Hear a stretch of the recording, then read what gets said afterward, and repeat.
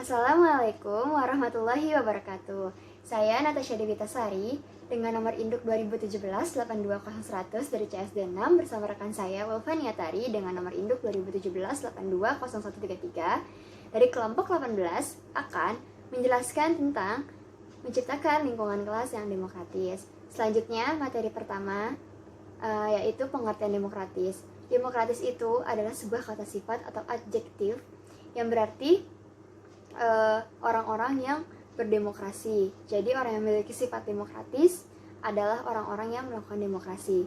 Nah, demokrasi menurut Herdiawanto dan Hamdayana pada bukunya tahun 2010 halaman 80 menyatakan bahwa demokrasi berasal dari dua kata, yaitu demos dan kratos. Demos berarti rakyat dan kratos berarti pemerintahan. Maka dari itu, demokrasi adalah sebuah pemerintahan rakyat di mana rakyat memiliki sebuah tahta tertinggi dalam pemerintahan atau di mana pemerintahan tersebut yang menentukan adalah rakyat. Yang kedua, ada pendapat Muhlas dan Haryanto pada bukunya tahun 2013 halaman 120 yang mengatakan bahwa demokrasi adalah sebuah sifat saling menghargai pendapat, toleransi, terbuka, berprinsip untuk melakukan musyawarah hingga mencapai mufakat, dan melakukan sebuah voting atau pemungutan suara untuk menentukan suatu keputusan supaya tidak mementingkan kepentingan golongan atau kepentingan pribadi dan mengikuti aturan main. Selanjutnya ada nilai-nilai demokratis. Nah, menurut Zamroni dalam buku Dwi Winarmo tahun 2006 halaman 69 terdapat 12 nilai demokratis. Yang pertama ada toleransi. Jadi seseorang yang memiliki sifat demokratis harus saling bertoleransi dengan orang lain. Yang kedua, kebebasan mengemukakan pendapat. Yang ketiga, menghargai atau menghormati pendapat orang lain. Jadi setelah kita bebas mengemukakan pendapat kita juga harus menghargai dan menghormati pendapat orang lain. Yang keempat, dapat memahami keberagaman yang ada di masyarakat, karena kita adalah makhluk sosial dengan segala yang berbeda, sifat, karakter, ras, bahasa, budaya, maka kita harus saling memahami dan menghargainya juga. Yang selanjutnya, yang kelima adalah terbuka dan komunikasi. Kita harus saling terbuka dan komunikasi dengan orang lain supaya tidak ada kesalahpahaman. Yang keenam, ada menjunjung tinggi nilai dan martabat manusia. Kita harus bisa menghargai harga diri orang lain, kita harus bisa menghargai martabat orang lain. Jangan sampai kita menjatuhkan jika ingin tidak dijatuhkan.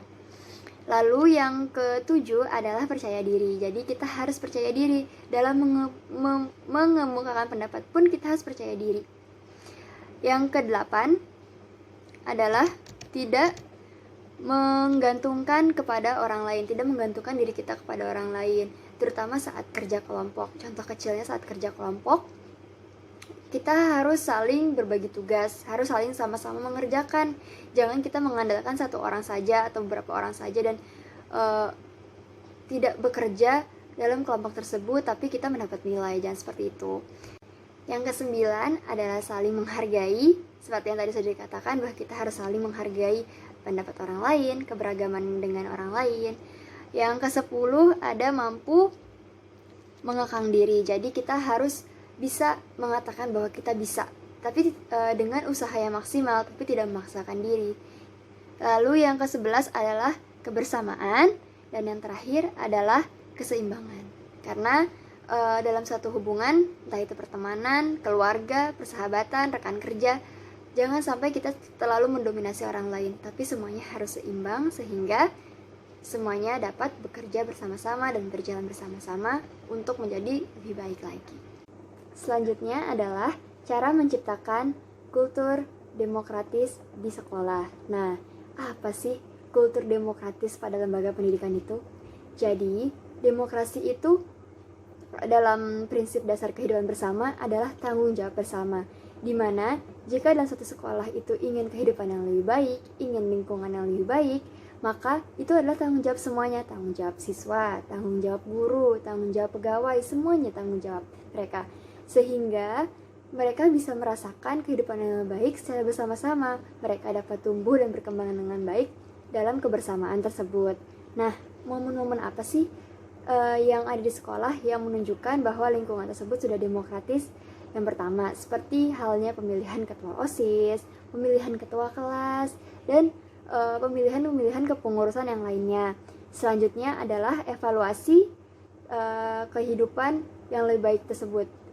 Evaluasi tentang diri mereka bisa di akhir semester atau di akhir tahun pelajaran. Itu adalah contoh kecilnya.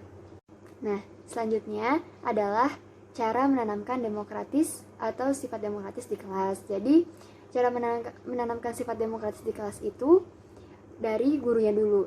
Gurunya harus bisa menanamkan budaya kelas yang demokratis.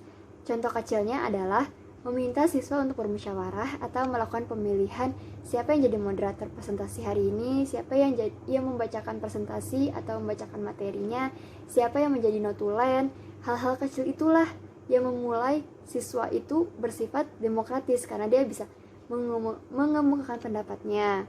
Lalu dia juga bisa menghargai pendapat orang lain. Nah, dari budaya kelas itulah sifat demokratis dapat muncul perlahan-lahan secara alami. Yang selanjutnya adalah cara menanamkan sifat demokratis dalam pembelajaran. Jadi, ada 5 cara kita menanamkan sifat demokratis pada siswa dalam pembelajaran. Yang pertama adalah lewat silabus dan RPP. Kita berusaha memasukkan pembelajaran demokratis dalam silabus dan RPP kita, seperti mengajarkan toleransi dalam pembelajaran. Yang kedua adalah dari metodologinya. Metode yang kita pakai ada seperti diskusi ya. Kan kalau diskusi itu siswa bebas mengungkapkan pendapatnya. Terus siswa juga bisa belajar menghargai pendapat teman-temannya. Yang ketiga adalah saat siswa itu menjawab kurang benar atau salah saat ditanya oleh guru tidak lantas mengatakan, ya jawaban kamu salah, kayak gitu, jangan. Tetapi guru mengatakan jawaban kamu sudah benar namun kurang tepat, dan guru membimbingnya hingga jawabannya menjadi benar. Yang keempat adalah siswa diberikan kesempatan untuk menyajikan pekerjaannya. Jadi dia merasa lebih bangga pada dirinya sendiri dan dia merasa aku dihargai atas apa yang sudah aku kerjakan, seperti itu. Yang kelima atau yang terakhir adalah evaluasi 2 arah. Jadi bukan hanya guru yang memberikan soal-soal pada siswanya, yang mengevaluasi siswa-siswanya, tetapi juga siswa dapat mengevaluasi guru, mengevaluasi pembelajaran yang sudah dilakukan guru di kelas dengan cara menuliskan di atas kertas. Tetapi saat menuliskannya, siswa tidak menyebutkan nama karena dikhawatirkan kalau menyebutkan nama, siswa tersebut tidak jadi mengungkapkan pendapatnya secara benar, seperti itu. Selanjutnya, yang terakhir adalah manajemen kelas yang demokratis. Nah, manajemen kelas itu adalah segala tindakan dilakukan guru untuk membuat siswa itu menjadi lebih baik selama di kelas atau untuk mempertahankan tindakan positif yang ada di kelas. Jadi guru berusaha mempertahankan kedisiplinan siswa dan ketertiban siswa. Tetapi ada 2 pendekatan dalam manage kelas. Yang pertama adalah pendekatan otoriter. Pendekatan otoriter itu lebih pada sifat memaksa. Jadi guru berusaha untuk membuat siswa itu tertib. Tetapi jika siswa ternyata tidak sesuai dengan keinginan guru, siswa tersebut akan mendapatkan hukuman, akan mendapatkan penugasan, akan mendapatkan larangan, sehingga siswa merasa ada pemaksaan dalam pendekatan kelas tersebut.